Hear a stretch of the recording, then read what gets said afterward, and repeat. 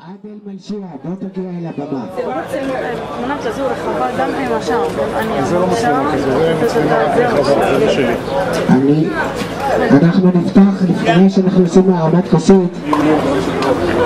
אני אתן לעדל מלשיע להגיד כמה מילים ואחר כך אני אקח את המיקרופון.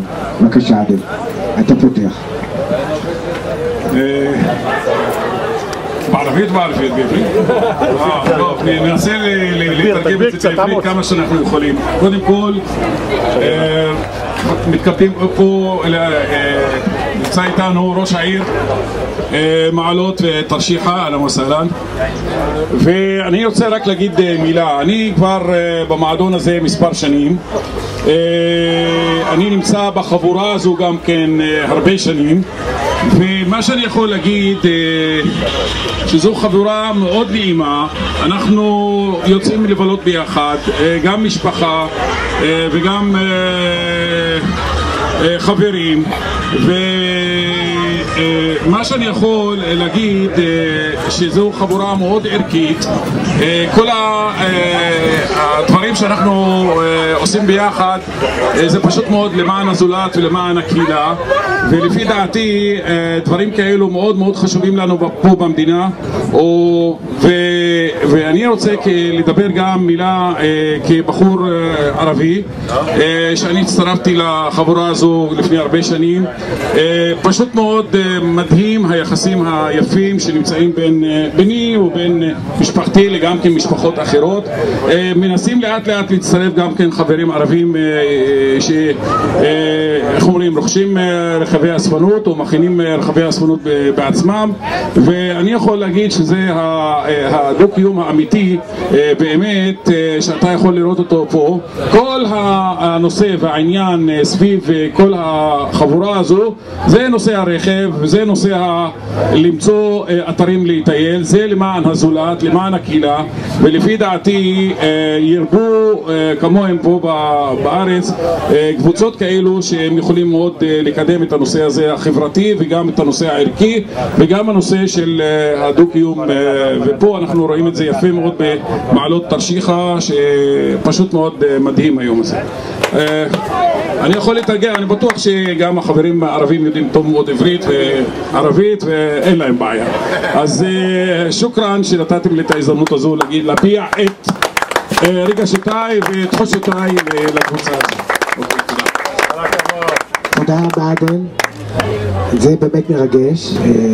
אין ספק שהמכוניות זה גשר לאחדות.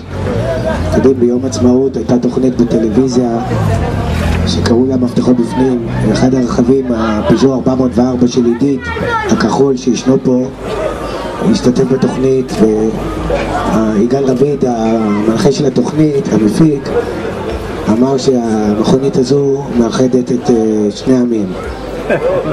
גם היהודים וגם הערבים אהבו את האוטו הזה.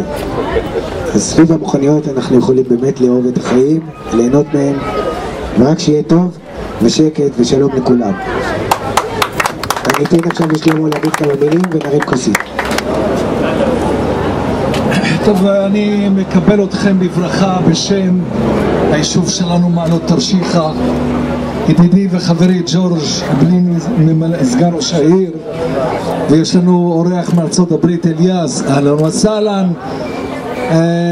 כשאתם מדברים על אחדות ושיתוף ודו-קיום, הנושא זה תמיד מצליח, כי כשיש דבר מאחד תמיד אנשים, לא משנה אם זה יהודים או ערבים, הולכים ביחד. והדוגמה הנפלאה הזאת של מעלות תרשיחא זו דוגמה שחבל שאין דוגמתה בכל מקום. אם אני הייתי ראש ממשלה הייתי דואג כל יישוב יהודי ערבי מנהלים את זה ביחד. אני פעם כתבתי איזה מאמר שאני לעולם לא אשכח אותו, והכותרת נולדנו לחיות ביחד, ואם נולדנו לחיות ביחד בואו נעשה את זה טוב. אז אני מודה לכם שבחרתם את תרשיחא. אנחנו נעשה עוד פעם תערוכה ביחד באגם מונפורט, אחד המקומות היפים, או ביום שישי או יום שבת אנחנו ניצור קשר אז תודה לכל העשייה, תודה שביקרתם במקום הזה, ואני מאחל לכם עוד הרבה מאוד שנים, ושבסופו של דבר גם אתם תהפכו להיות גורטאות, אבל במצב טוב כמו המכוניות שלכם. בהצלחה רבה. לפני שמרימים כוסית